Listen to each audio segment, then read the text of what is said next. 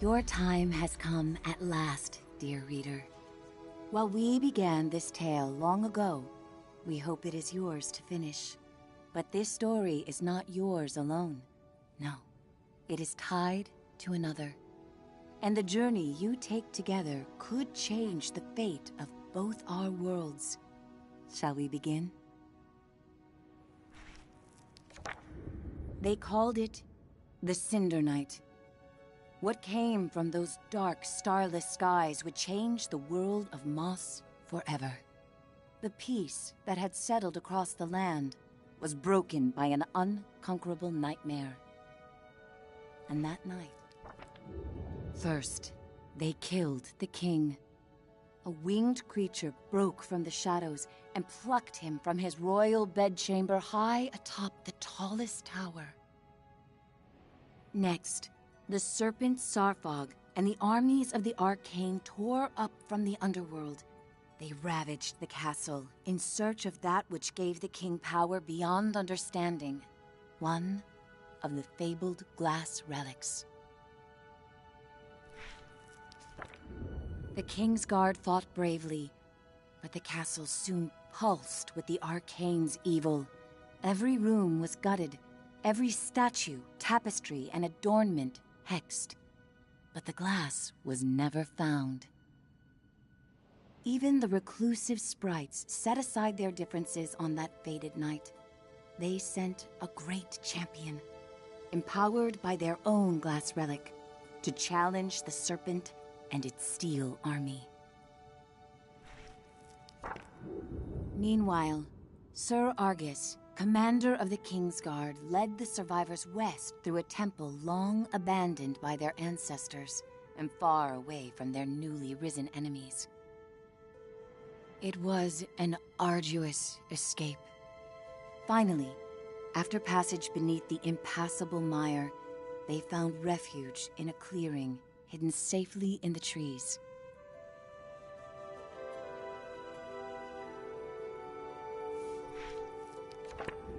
Argus charged back to join the Sprite champion at the mire's edge.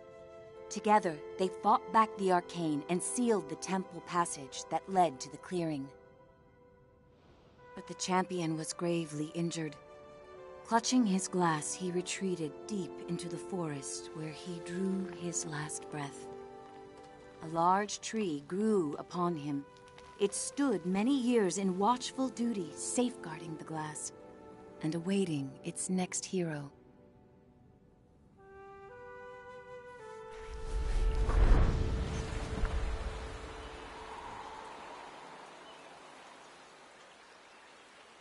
That hero, albeit an unlikely one, did arrive at a time she'd be needed most.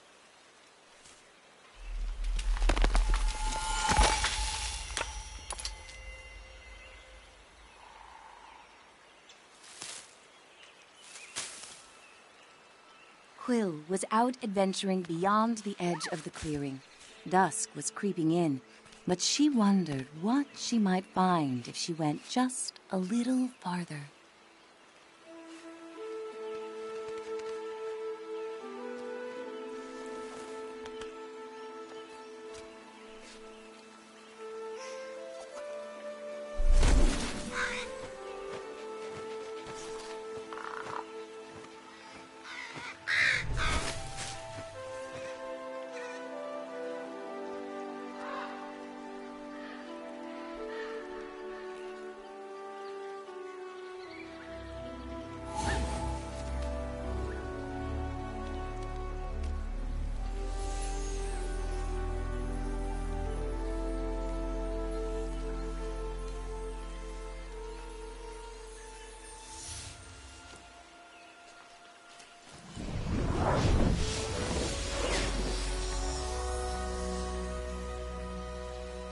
She was not exactly sure what she roused, but she felt no danger from the being silently peering down at her.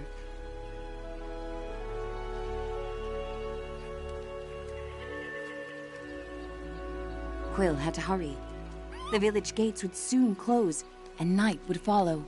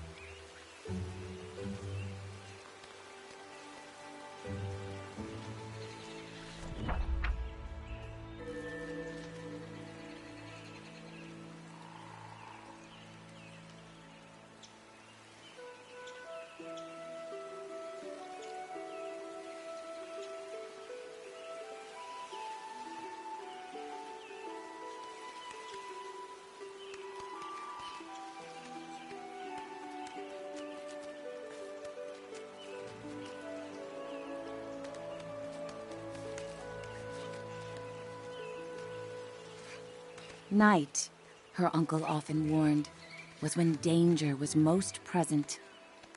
But Quill preferred the stories of the magical creatures that woke to protect the forest.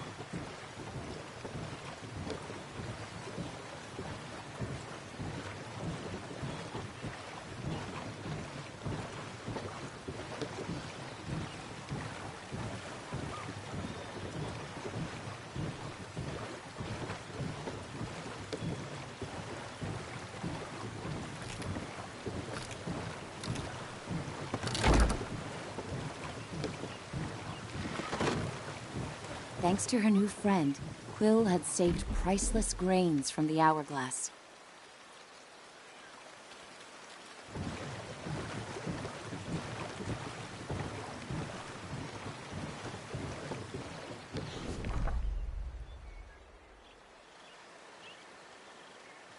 She raced to the door of the cottage she shared with her uncle, hoping once he saw her discovery, he'd lose himself in tales of its legend.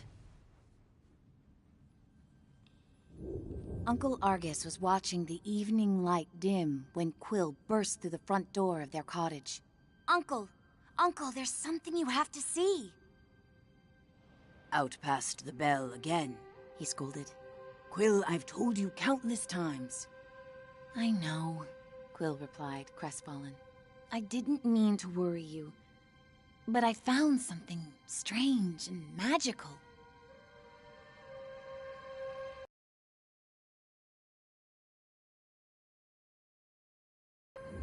Quill's hands trembled as she showed him the glass. What is it? She asked. A look of panic spilled over her uncle's stoic exterior. Where did you find this? Roared Uncle Argus. Quill had never seen her uncle so shaken. Just west of the clearing, she explained. And as soon as I picked it up, something started helping me. Uncle Argus followed her motion. A reader? With you, here, right now? Quill, what you found is very powerful and very dangerous, he said with great concern. If I could take this burden from you, I would. But this reader has chosen.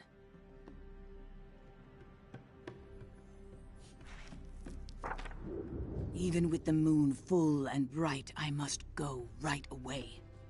Quill pressed. Where are you going? I can help. We can help. No, he snapped. They'll find you and tear you apart. I have to go alone. It is for your own safety and for everyone here in the clearing. His long, heartfelt hug told her he was heading for danger.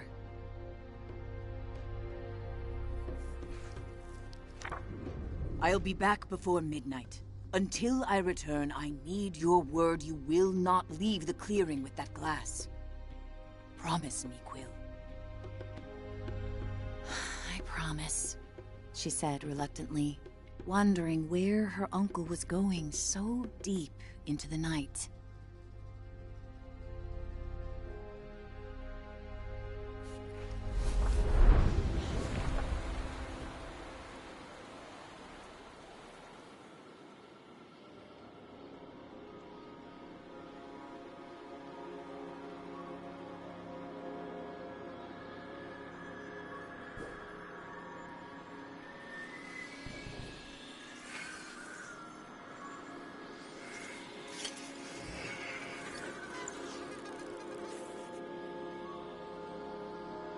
Hey, kid!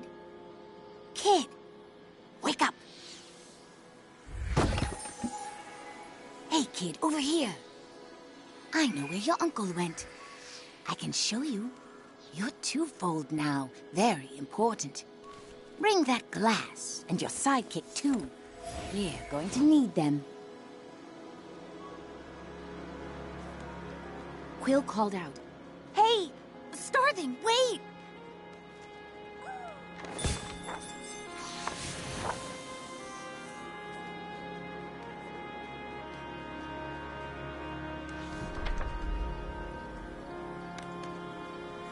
Quill had never met a Starthing. In campfire stories, they often meddled in the lives of mortals. And when they appeared, mischief followed.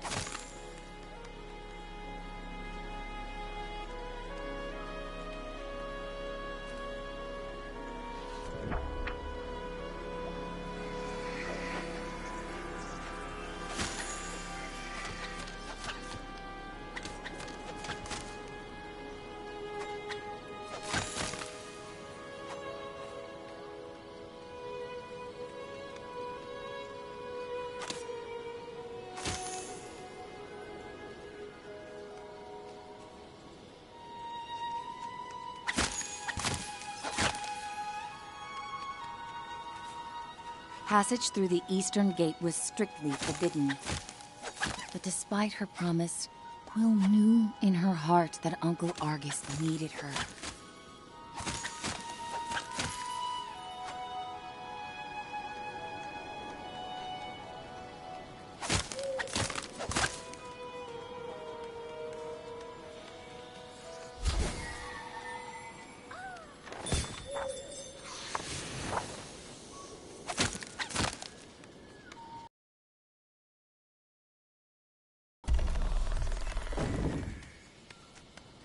Quill demanded answers. Starthing, you can't just barge in here with your riddles. Where is he? What do you know?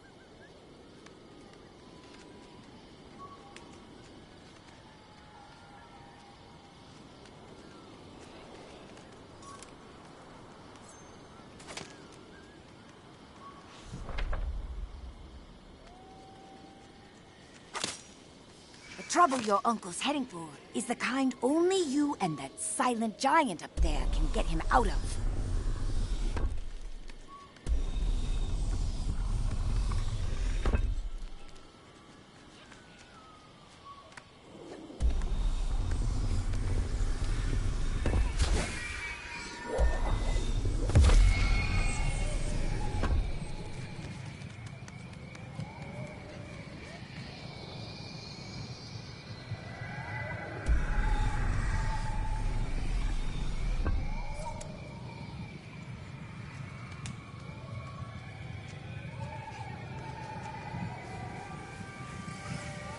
This way, kid, urged the Starthing.